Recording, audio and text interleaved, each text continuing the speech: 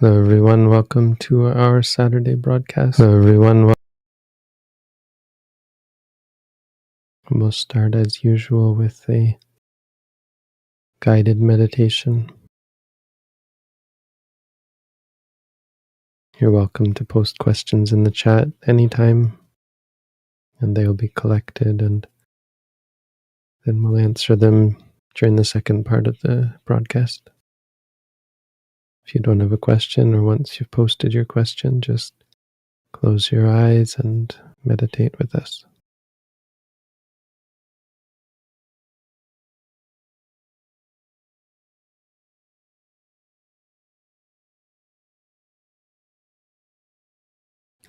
So we start by focusing on the abdomen. Just sit comfortably. If you want, you can sit with your legs crossed, back upright, face forward. And just notice that when you breathe in, there's an expanding of the abdomen. And when you breathe out, there's a contraction.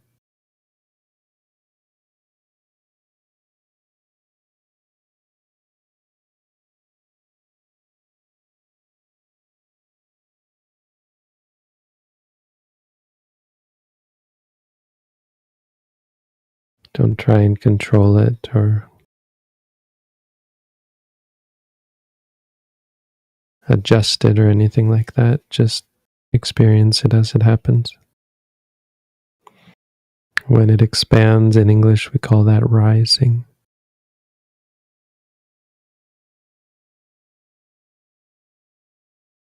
When it contracts, falling.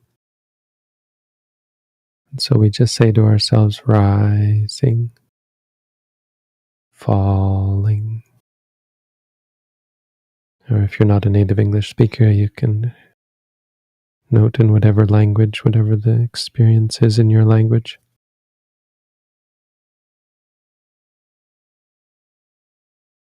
Just as a means of keeping your mind objective and focused and clearly aware of the experience.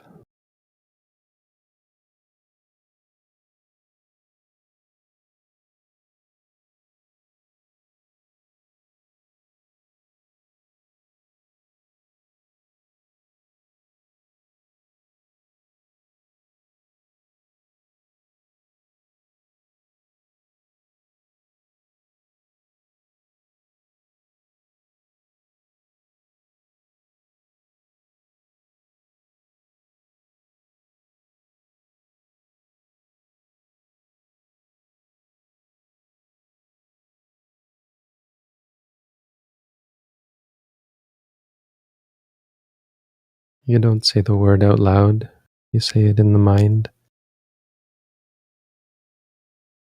Put the mind with the experience and just repeat to yourself, rising, falling, in time with the experience.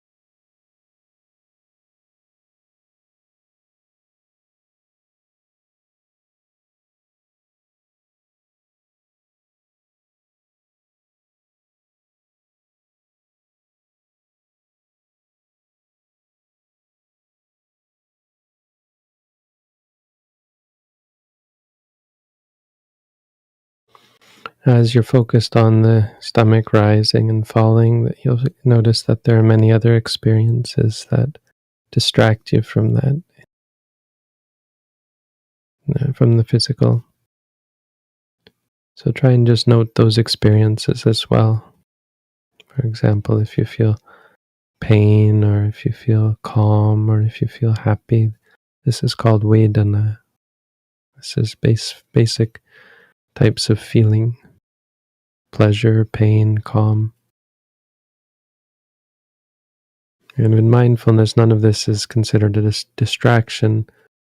It's considered a valid object of meditation. So if your mind focuses on the experience of the pain or the calm or the pleasure, just take that as the object and find a word for it and repeat that word to yourself instead. For example, pain, pain, pain. Or if you feel happy, say happy, happy. If you feel calm, say calm, calm. And just stay with the experience as long as it lasts.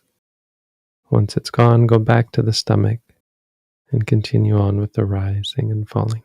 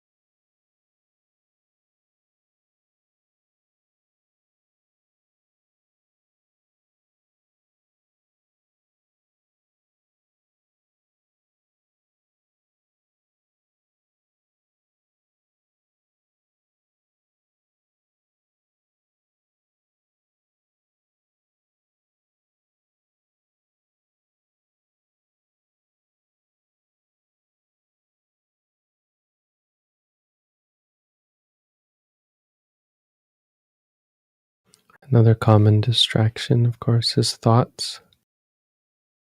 So you'll find yourself thinking about the past, the future, good thoughts, bad thoughts, all kinds of thoughts. And the object of meditation isn't to stop you from thinking. It's the nature of the mind to think. All we're trying to do is purify our experiences. It's like a filter to remove the judgment and the reaction and the extrapolation from the equation. So thoughts are just thoughts, whether they're past, future, good or bad. And we just remind ourselves of that. The thought is happening here and now. It's just an experience. Keep us from suffering or stressing about the thought. So we just say to ourselves, thinking, thinking.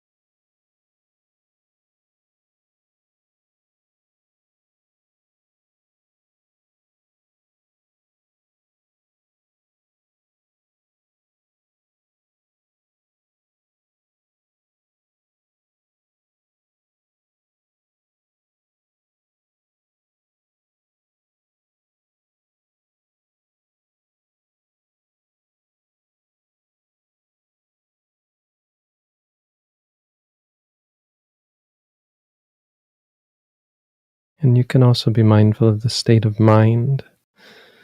So if you do react to something, if you have some quality of mind, liking or disliking, you can note that as well. Liking, or disliking, Just stay with it until it goes away and then go back to the rising, falling. If you have any emotion in the mind, frustration, boredom, sadness, depression, fear, just find a word for what you're experiencing and try to see it just as an experience. And remind yourself, liking or disliking or bored or sad. Just repeat the word to yourself and it keeps you focused on the actual experience rather than getting carried away by it or feeding it or exacerbating it, turning it into a problem. If you feel drowsy, you can note drowsy or tired. If you feel restless or anxious or worried, you can note worried, anxious, restless. If you're distracted, if your mind is not focused and you're thinking a lot, you can say distracted, distracted. If you have any doubt or confusion, note doubting, doubting, or confused, confused.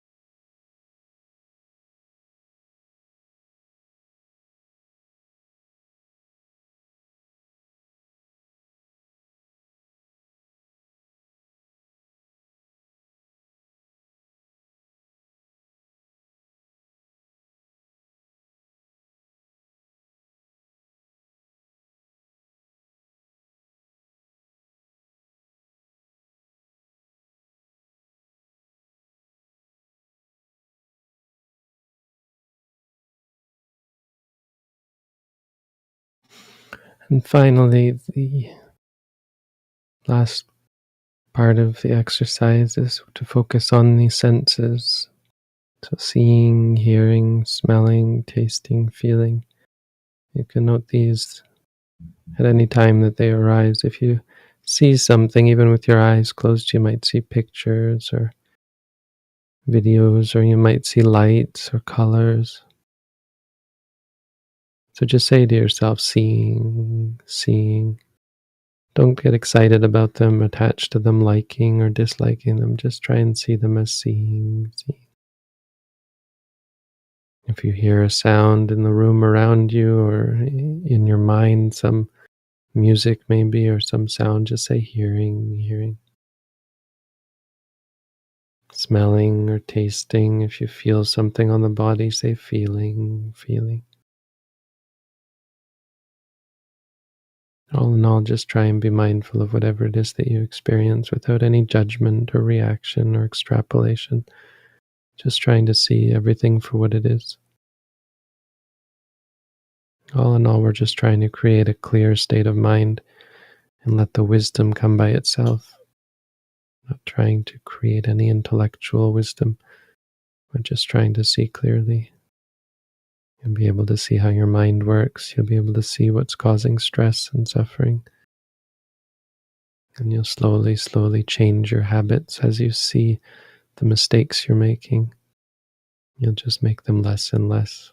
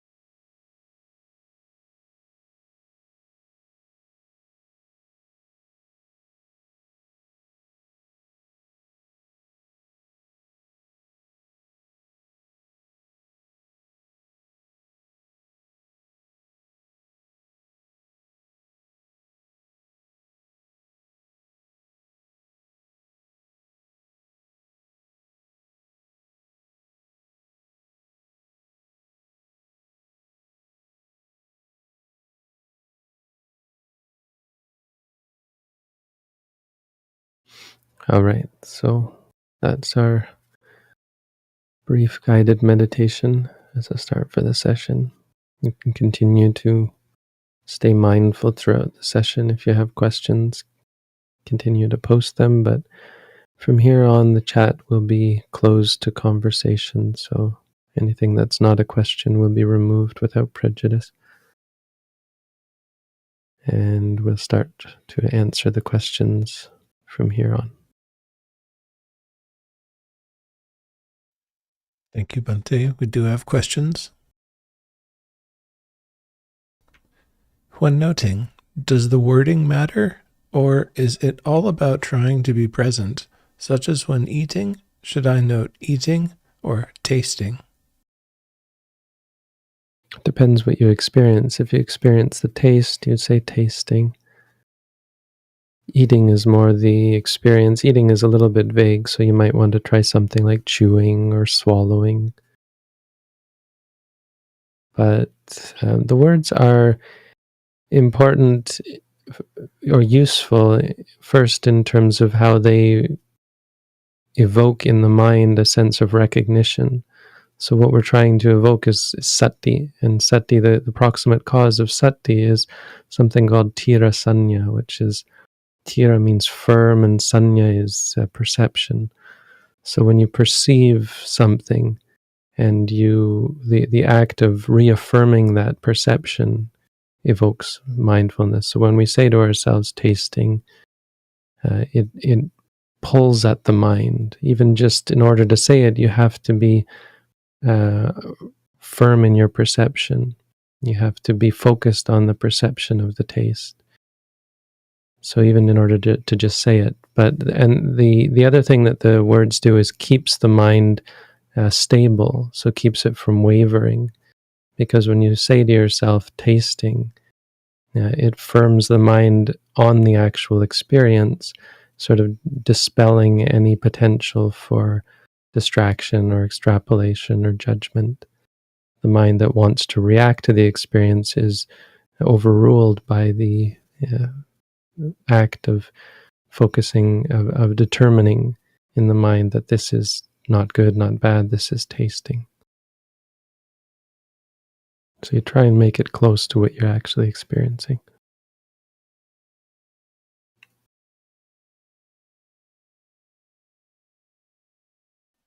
I usually use your meditation technique every day.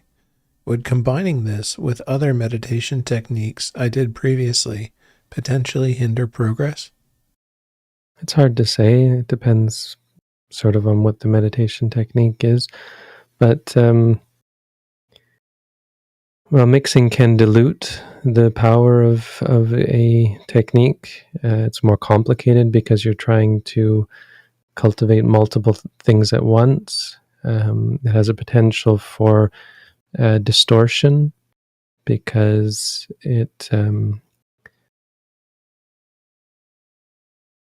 involving potentially two different ideas or two different frames of mind, it can send the mind on a third frame of mind, because the mind can only be in one state at once, right? So if you're going to develop a specific state, sometimes the complexity and the mixing of ideas can lead the mind to some kind of completely different idea. Like you'll see this with meditation techniques that do mix, and I've criticized this before.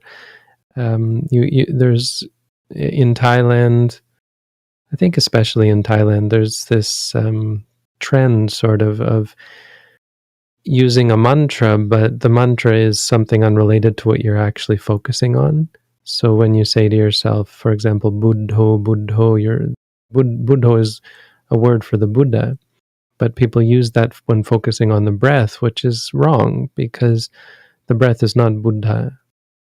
The breath is the breath, right? So it creates this complexity, and you see in some of the writings by teachers in these sorts of traditions, who start to get wrong ideas, as far as I can see, in terms of the breath being the Buddha, or the breath in Buddha meaning one who knows. So they talk about the one who knows that you experience when you focus on the breath, and it's really way out there, because it's the idea of one who knows as a being is against Buddhism, and totally unrelated to the intention of each meditation, focusing on the Buddha or focusing on the breath. They have specific purposes, and neither one is to give you some idea of a Buddha inside you.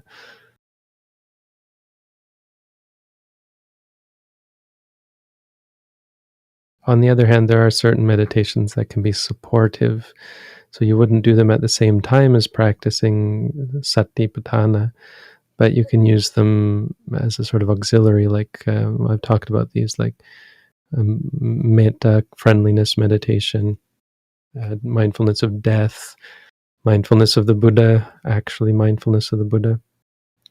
And a mindfulness of the loathsome parts of the body, or the non-beautiful parts of the body. These have specific purposes. They counter certain extreme states in the mind, tempering our volatile emotions.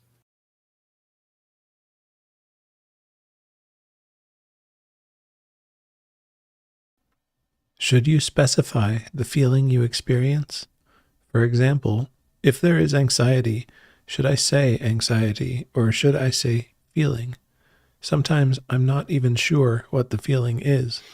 You should be able to separate feeling from anxiety. In English, we talk about things like anxiety as being feelings, but it's pretty inaccurate and not very useful. Anxiety is anxiety, but probably some of the confusion is that you're identifying your feelings with the anxiety, and they're not. The feelings that you have, you'll notice that they're mostly just physical. So there'll be pressure, tension in the body, and you think, oh, that's anxiety, but it's not. The anxiety is one thing, and the anxiety can trigger or exacerbate physical tension. Things like physical tension, heart beating, headaches, etc. But they're distinct. So feeling is a word that we use to specify the physical tension, pressure, hardness, softness, heat, cold, and anxiety is something different. Anxiety is pretty fleeting, so just don't confuse the two. Anxiety is anxiety, and the feelings related to anxiety are physical, and they're just feeling.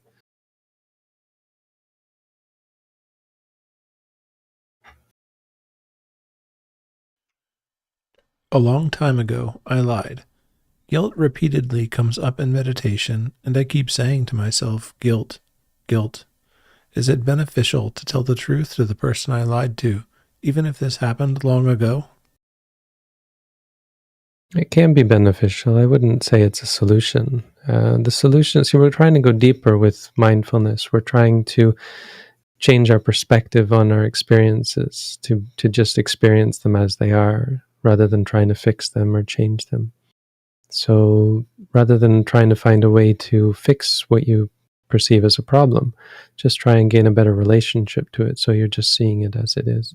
I mean, some of these are very deep and going to take a long time to really overcome, and that's not what we should be focused on. Mindfulness as a practice is not focused on that. It's focused on seeing things as they are rather than fixing them. So even if you have to repeatedly feel guilty, don't see that as a deficiency or as a failure in meditation. The success comes from when you can note the guilt and get a sense or a perspective on it, where you no longer need to get rid of it, or you're no longer upset by it. Guilt is maybe not the best noting. Try and zero in on what you're actually feeling. It might be a disliking or a fear or a worry, anxiety. It can be all those things.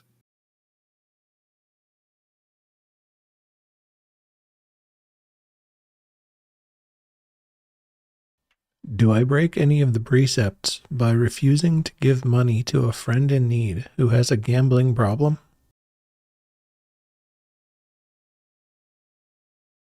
So in Buddhism, we have 5 precepts, and we have 8 precepts, and we have 10 precepts, and monks have 227 precepts, and bhikkhunis have 311 precepts. And none of them relates to refusing to give something to someone. Refusing to give something to someone, it can be problematic, because it creates unwholesome states of stinginess and greed, and it can lead to cruelty, a feeling of cruelty, maliciousness in the mind, like you don't care if someone is suffering or so on. So usually it's better actually to give people when they're in need, but it's hard to do that. It can be quite hard. So it's kind of like an exceptional practice. You have to ask yourself how far you're willing to let go. And eventually, if you're willing to let go of everything, if you really want to become free from suffering, you have to really let go of everything. And then it can involve just giving up everything when people ask. I think it's not, probably practically speaking, the right practice to just give up everything, unless you've made some kind of vow like Vesantara to just give up everything. But generally speaking, you should default to giving people things. And then when you're not able to, or when you see a real practical reason not to, then you start to say, no, this just isn't going to be beneficial. Like if someone has a drug problem and they ask you for money and you know they're just going to spend it on drugs, or a gambling problem, you know they're just going to spend it on more gambling, I think practically speaking, you probably don't give to that person. It's just, it's hard to live like that. And as I said, the only way you can really do it is if you've really decided to just give up everything. And anytime anyone asks you, just give until you're bankrupt, until you're living a monk's life, basically. I mean, basically the only way to make it work is with having a plan to ordain, where you're just ready to give up everything and go forth. Living in the world, I would say you have to be a little more discriminating. You should still generally give. It's generally good to give. And I think practically the best way to do that is to give in moderation. So when people need something, you may not give them what they want, but you give them something. Right? The person needs so much money, well, you give them as much money as you're comfortable giving them, for example. As much money as you feel is appropriate. Because maybe there are other people who need the money, or the money could be used for better things. You have to be most careful. I think the real problem only comes when you're stingy, when you're doing it out of a sense of cruelty. You have no compassion for the person or no consideration. You should think of it as a consideration. Consider that the money isn't yours. Try and have a sense that this money isn't yours. You've been put in temporary stewardship of the money. And so you have to consider, what is the best use of this money? Rather than, no, it's mine. You know, I worked for this. You don't. I don't have to give you anything, kind of thing. Yeah. So when someone asks for the money, you have to, as a good steward, ask yourself, well, here's someone with as much right over this money as I have, and so as the steward, I have to see, is this a proper requisition for this money? Think of it like that. Have no sense of possessiveness or greed or anything. Just think of it as a very impersonal transaction, and you can live free from greed and attachment, and also worry. But then you might say, wait a minute, so if I give him all this money, then I don't have enough food to eat, and without enough food to eat, that's going to make my life pretty hard, and then how can I practice, or how can I do this, how can I feed my children, or how can I go to work? So that's not proper. And you think, that's just not the right thing to do.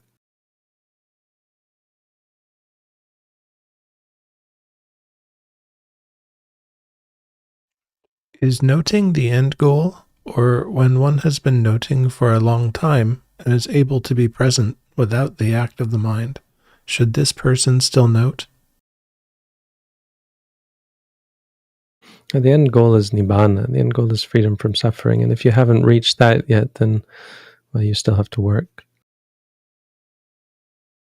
So any other goal, any other state that you come to, unless you're clear that you've experienced nibbana and you're now an arahant, then you still have work to do. And yes, we consider that to be meaning that you still have to note.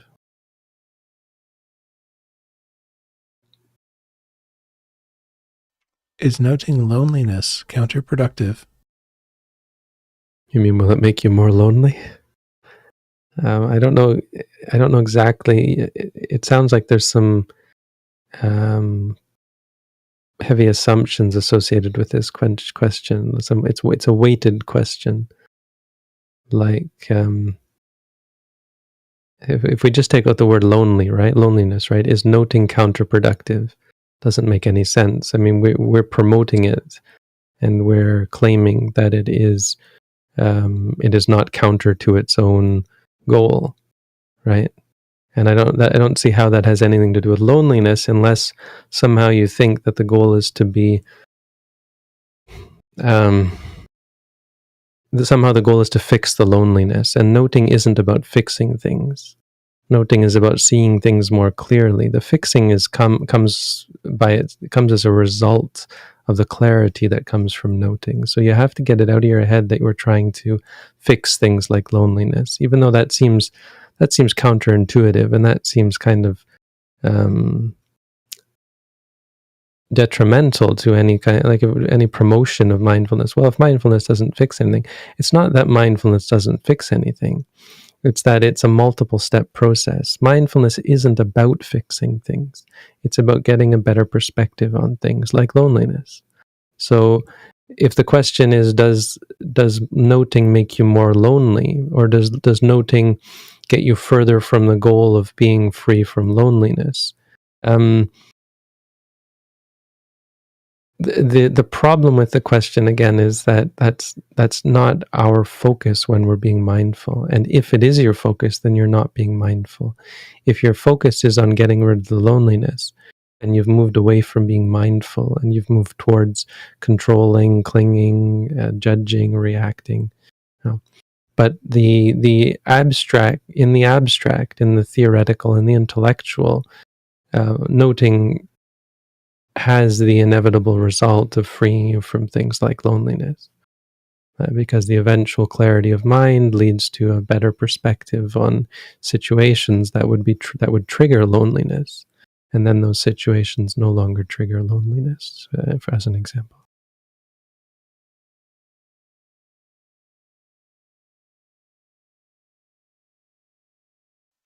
Sometimes when meditating, a strong feeling arises and I say, feeling, feeling, but then there occurs a burning sensation by the heart where the feeling is. Should I say burning sensation or feeling? You could say burning, but I would probably tend to just say feeling. Note any reaction you might have to it, liking or disliking. If it really feels hot, you can say hot, hot. Burning is a little bit conceptual. The feelings aren't, it's one way we describe feelings, but the feelings aren't really burning. It might be hot, or it might be unpleasant, that sort of thing.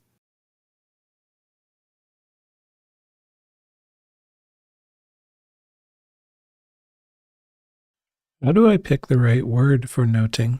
You often advise to be specific, but where do I draw the line for judgment? For example, you instruct to note pain, but that could also be a type of feeling. Not really. We think of that. I've already sort of answered this question, but feelings are just feelings. That's just that's a word best used to describe a physical sensation. Pain is quite clearly pain, and the bigger problem comes from the confusing of the two, because they're related, right? Feelings can often evoke pain, but pain is not really feeling. Feeling is just the physical sensation. Pain is quite distinct, and the experience of pain. It's just that English language, we use words so inaccurately or imprecisely. But feeling is pretty clearly something else. It's just the English language again. When you feel pain, focus. Say it as pain, pain.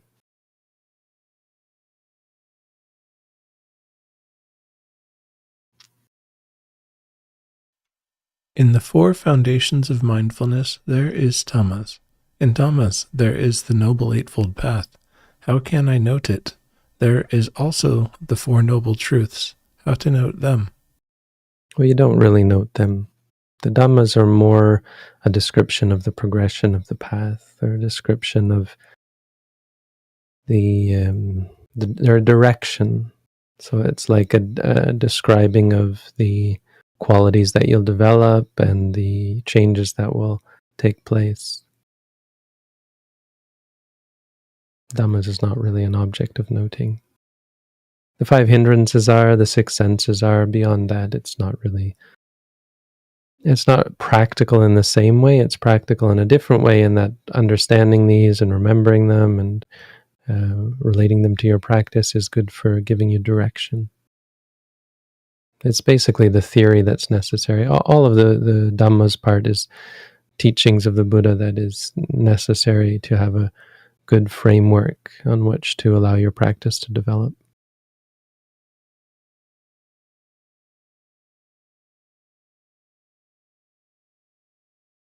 There are multiple feelings when meditating.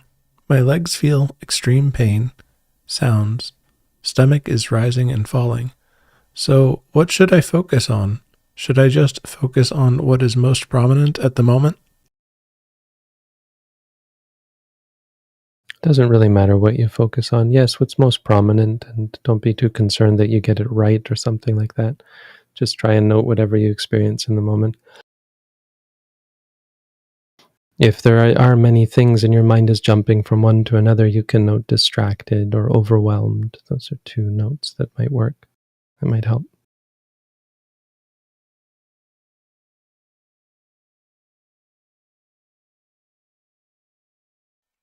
In walking meditation, should we only be aware of foot movement and ground contact? Or can we also be aware of bending the knee or moving the leg forward, for example?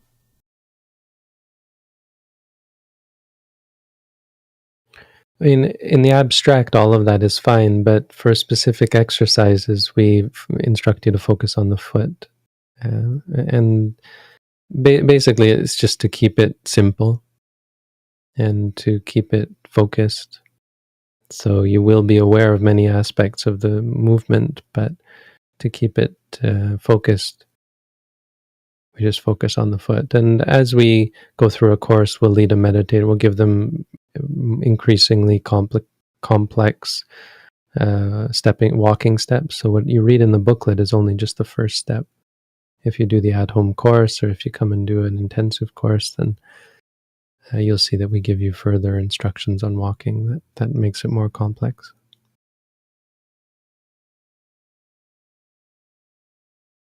I mean, basically, with your question, it's not about allowing you to be aware of those things, because the awareness happens by itself. But when you make the note, try and make it related to the movement of the foot.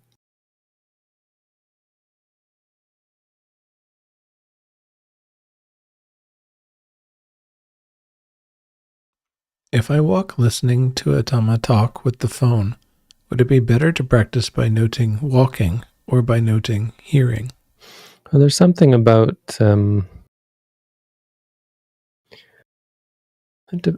I want to say first that walking and listening to a Dhamma talk can be a little bit disrespectful,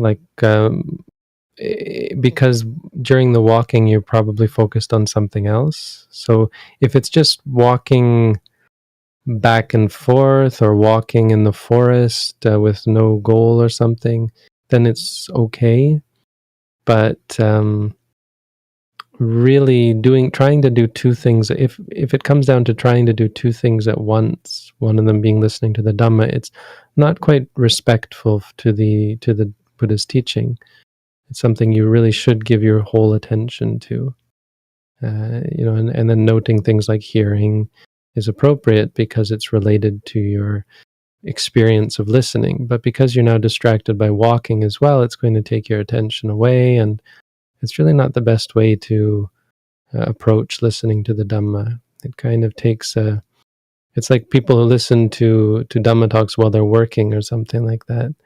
It seems good because it's a efficient use of your time, but again, not very respectful. And the result is, well, besides potential lack of respect, the bigger issue is that because of the sort of distracted and the allowing yourself to not be fully focused on it, that your attitude towards the Dhamma and your understanding of it is going to be limited.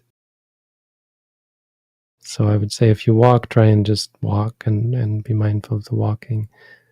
When you want to listen to the Dhamma, try and make it more time to listen to the Dhamma only. And then you can note things like hearing and sitting and all the experiences associated with that experience.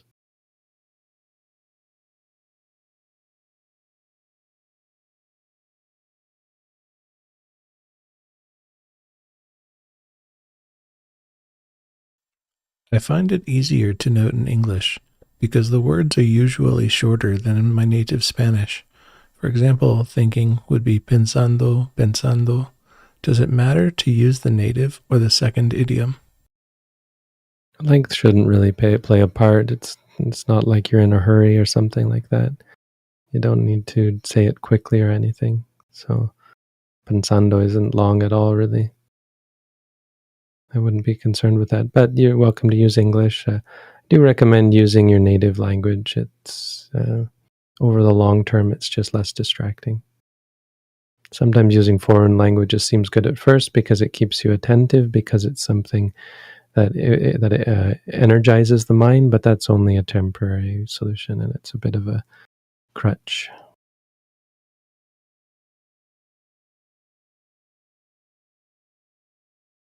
About what percentage of sitting meditation should be spent on the points of the body, and what percent on the rising, falling?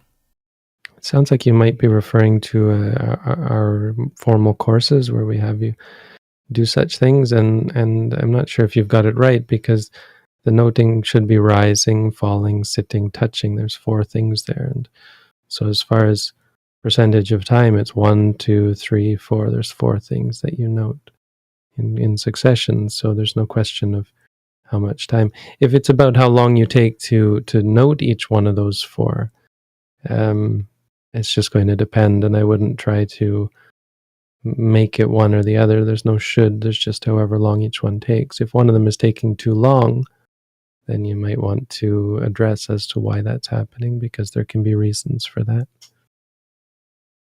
you might not be noting.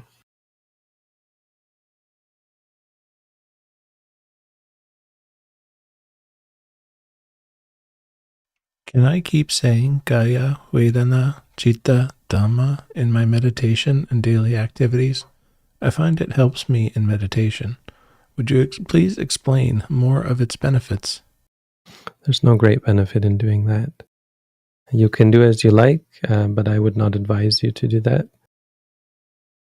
I find it helps me in meditation is problematic because what do you mean by helps you? It makes it easier, allows you to focus more easily, prevents you from getting distracted. Those all seem like good reasons, but they're not good reasons. They're contrary to the purpose of mindfulness. Mindfulness is about facing our experiences rather than trying to fix them or avoid them. So when you're distracted, that's not a sign that something's wrong with the meditation. It's a sign that something's wrong with the mind, and we're not trying to fix that. We're trying to see that clearly, trying to show it to ourselves, because as you see it more clearly, your mind will be less inclined towards it. That's the only way. Trying to find a way to keep yourself from getting distracted. I mean, we've all been there. I've done that when I first started, and I had all sorts of ideas about what would help my practice and all sorts of crazy practices based on my misunderstanding of the teachings. But they are misunderstandings, and that's not going to help you in the long run. It might make things easier, but we're not trying to make things easier. Meditation is about facing the hard stuff. So try and actually note what you're experiencing rather than finding a mantra like that. It will only harm you in the long run. It can actually lead to great problems as your mind gets mixed up by using conceptual noting like that.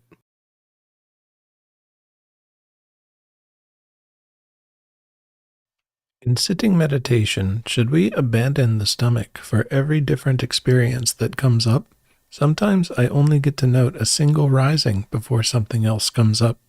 Yeah, that's how you do it. If it's a lot, if you're really not able to focus on the rising, falling at all, you might note distracted. But don't be too concerned about that. There's nothing special about the rising and falling.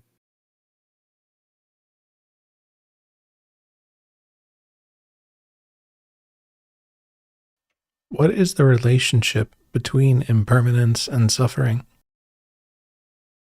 Well, one meaning of the word suffering is impermanence. So they're very closely related.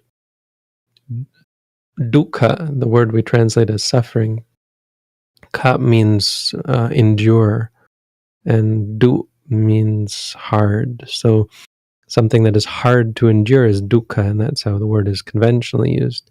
But from a Buddhist perspective, it also means it endures with difficulty, meaning it can't endure. meaning something that can't last. So things that don't endure are also dukkha. So the problem with anything, things that are pleasant especially, is that they are dukkha, that they don't last. It's not that they're painful. It's that there's painfulness associated with it because they don't last. They end up being more useless or meaningless, valueless, worthless, because of their impermanence. Yam pananichang viparinama dhammang. Yam pananichang viparinama dhammang. Yam pananichang dukkhang va sukhang va ti. What is impermanent, is that dukkha or sukha? Dukkhang bhante, it's dukkha. If you read the Anatta Lakkhana Sutta, you'll see that anicca, dukkha, and anatta are closely related.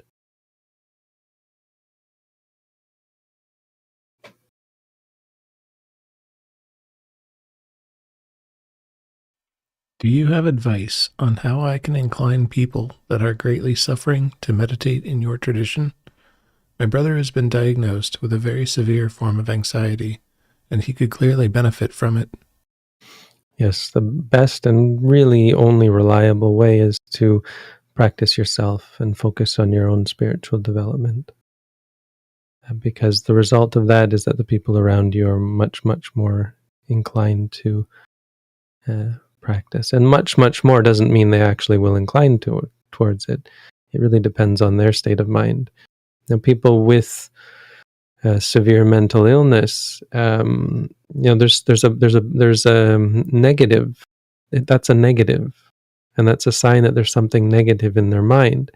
So the question is, what else is in their mind? Is there positive qualities in their mind? And of course, quite often the answer is yes. It's not by any means vilifying such people, but it is can also be the case where there's not enough goodness in their mind or powerful positive qualities in their mind to counteract those, and means they might never be interested in meditation. One good thing is that people who do experience suffering often have the good qualities of mind increased, just as defense, right? Because you have to defend against the mental illness. So as at the same time, they're cultivating some pretty powerful positive states in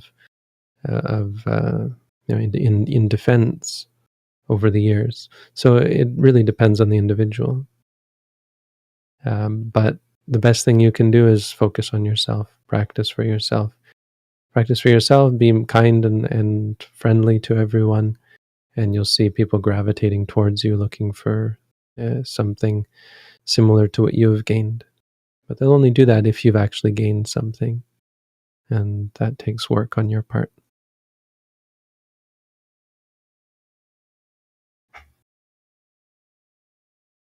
Should we have a fixed time for meditation? For example, daily morning 7 a.m., which we should not change often? Yes and no. I mean, that can be helpful. I think in the long term, it's less helpful than having a strong meditation ethic, getting over the excuses and being able to make use of what time you have. Because otherwise, see, if you say, okay, every day 7 a.m., and then you miss it, it can be hard to override any excuses you make at other times of the day. If instead you focus on trying to have the strong worth ethic, then it may be that at 7 o'clock every day you do meditate, but when it's not at 7 a.m., that's fine, because your ethic tells you, now I have time, let's do it now instead. So I think focusing on building that ethic that allows you to make use of time that you have is more valuable. I mean, I guess it's different for me because I don't have the same schedule as many people have. Some people have a 9-to-5 job and then other responsibilities besides that. So it can be useful to slot it in that way. So practically that can be quite useful, but just don't lose sight of what's really important, and it's not What's really important is not the scheduling. What's really important is the ethic, where you're inclined to do it, where you're strong enough to override any sort of procrastination, complacency, laziness, or desire to do something else.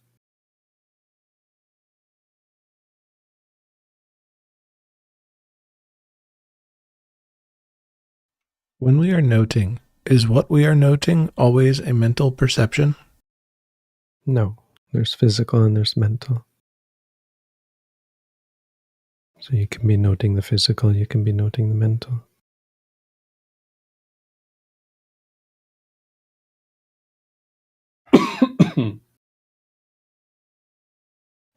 Does seeing clearly mean to clearly see the three characteristics in all experiences?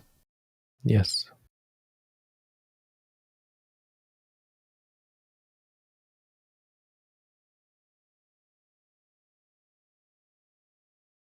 I feel by meditating, I draw closer to enlightenment. However, I also feel myself becoming unsure why I wish to leave samsara.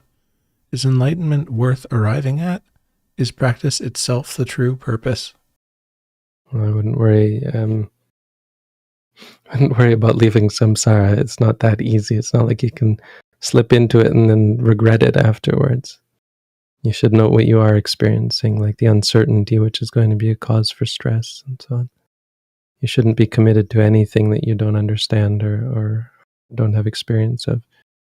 You should focus on what you do know, and when you know that something is bad for you, focus on that. When you know that something's good for you, that's what we're trying to see clearly. So you'll see that things like worry and uncertainty, doubt, that these are, well, they're objects of meditation.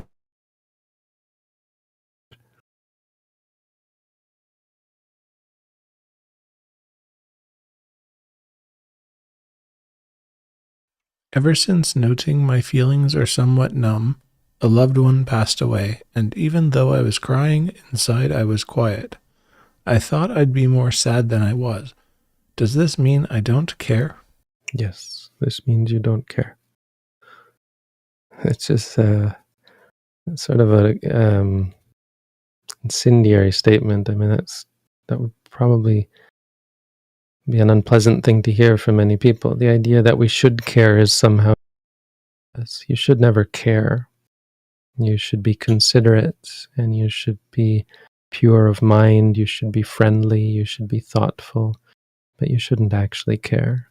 That word, the only sense in which you should care is actually physically caring for people, like doing things that are thoughtful, that are careful, which is a different meaning of the word, but caring in the sense of being friendly. But you shouldn't actually care. There's no benefit in actually caring. And it's not necessary the way we think it is. It's necessary much more to be mindful, wise, thoughtful, considerate, conscientious. These are all good words. Caring is not actually what we think it is. You don't benefit. They don't benefit from your tears. They don't benefit from your sadness. No one does. Doesn't make you a better person to be sad. Not having those feelings can be a surprise to you. And because of our sort of, you might say, indoctrination, we think, well, I should care. Does that mean I don't care? It does, but no, you really actually shouldn't care. Caring is not the valuable thing we think it is.